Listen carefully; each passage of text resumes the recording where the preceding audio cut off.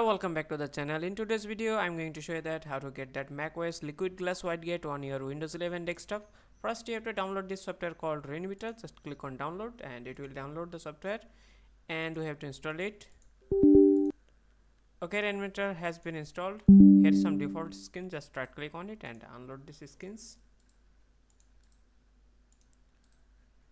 And now we need to install the Rainmeter skin. Just go to these links and click on download. So it's downloaded. Now we have to install Big Sur 26. Double click on it and then click on install. Okay, now click on apply the theme and choose the layout, and then in here you have to select this one and just select the wallpaper. Whatever wallpaper you want, you can choose any of them. So I'd like to this one and then click on OK. And if you want to add some more widget, just click on it and it will add on your desktop.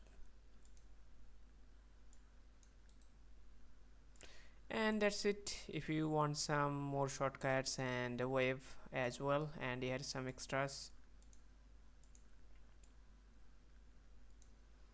And that's it. I hope you like this video. If you found this video helpful, please subscribe to my channel. And one more thing, if you want to uninstall, just go to control panel and uninstall Rainmeter. It will remove everything.